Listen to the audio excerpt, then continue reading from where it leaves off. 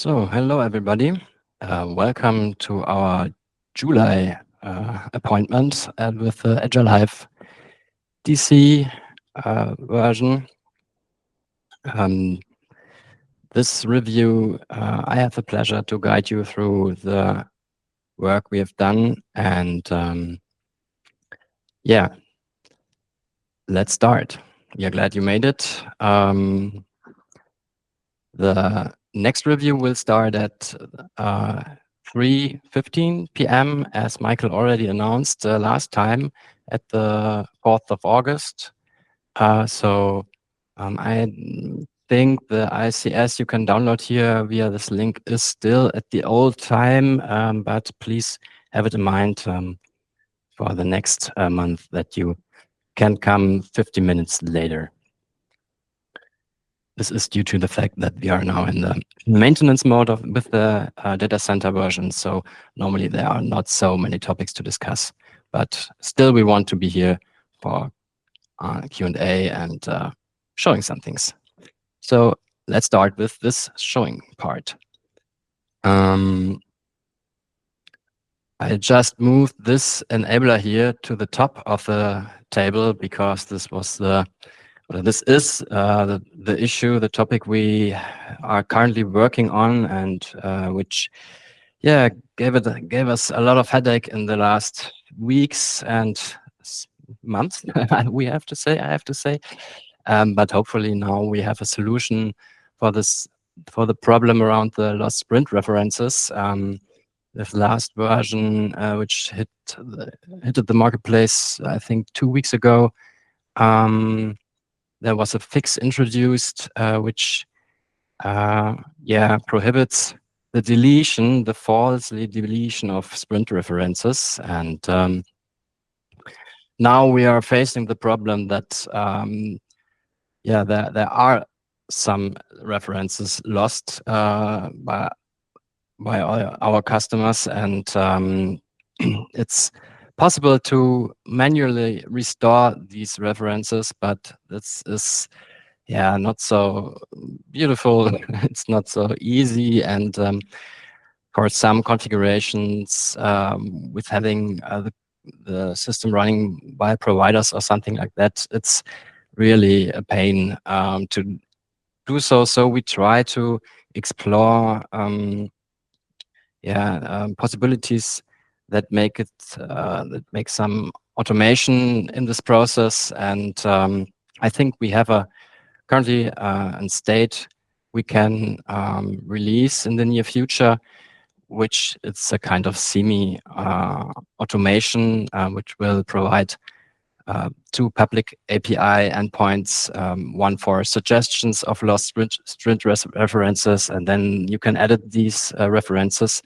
And with a second endpoint, you can send a post call to Agile Hive, which will restore these references. So this is our current iteration of a more convenient solution for these loss, and maybe we will do further iterations, but for the beginning and for the pace of it, we will try to release it in the next days, hopefully. It's currently in the pull request status, so if it's all will go, it's if the happy path will take place, it will be this week, hopefully.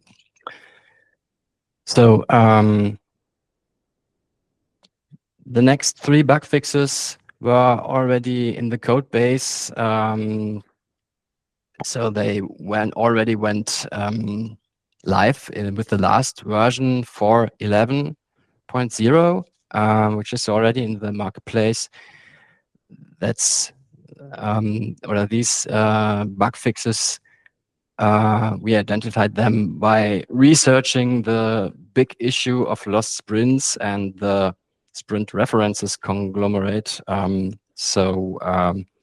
They were I don't know the exact word. They were fixed aside during our main track, and hopefully make our app more resilient in detail.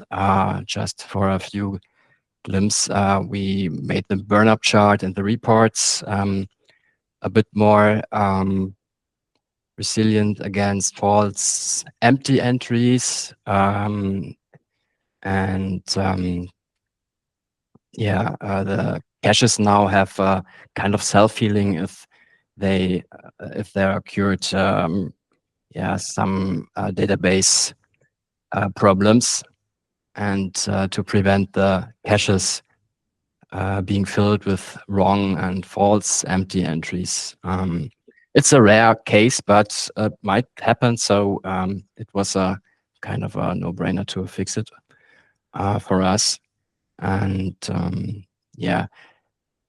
not the same, but only a bit different is the next one. It's also concerning the burn-up chart. There was a possible race condition which was masked by an misleading exception we wrote in this case, and it was not good because when this happened, data points which were calculated under the current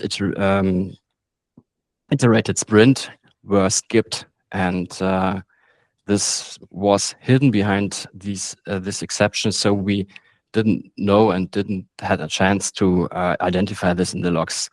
Now we take care of this race condition, acting here more defensive, so the calculation won't skip these won't skip data, and we log it accordingly. The third bug fix we already had released were was a little fix around the properties recalculation. We flushed the cache in front of doing this calculation so that we can guarantee that all our calculated data is up-to-date data, fresh from the database. There was no 100% incident around the code before this fix, but this acting is making it a bit more resilient for maybe incidents around this.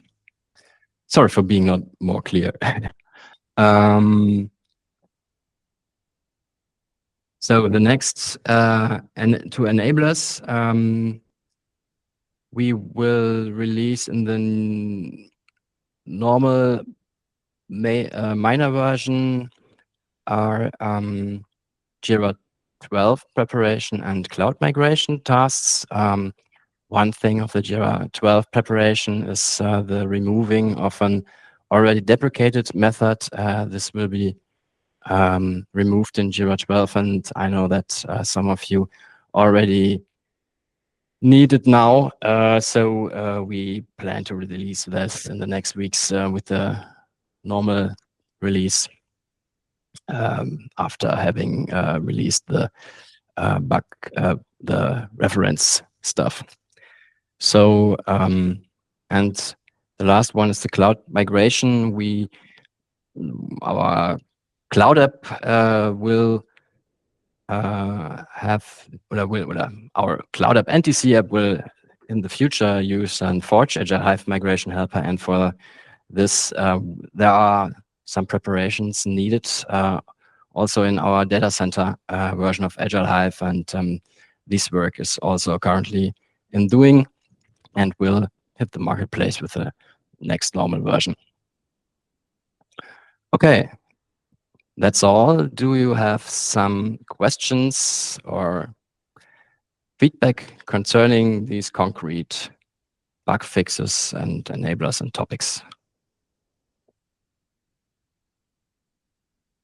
You can raise your hand or write it in the chat, just like you want.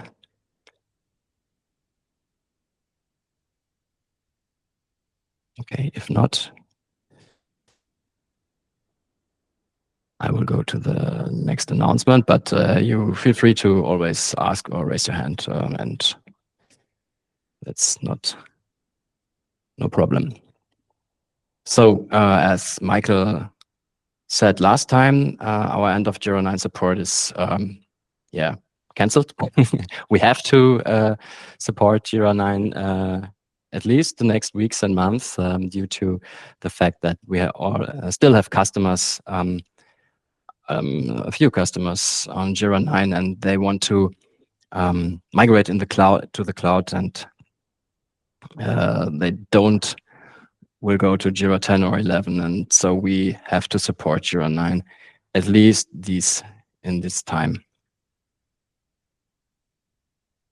And catching up what I said at the start, the review starting later in the future at August. So for the next review, the starting time, the new time is 15 Central European Summertime. So please note that for you. And hopefully see you there, back with Michael. And thanks a lot for coming. Having a nice day.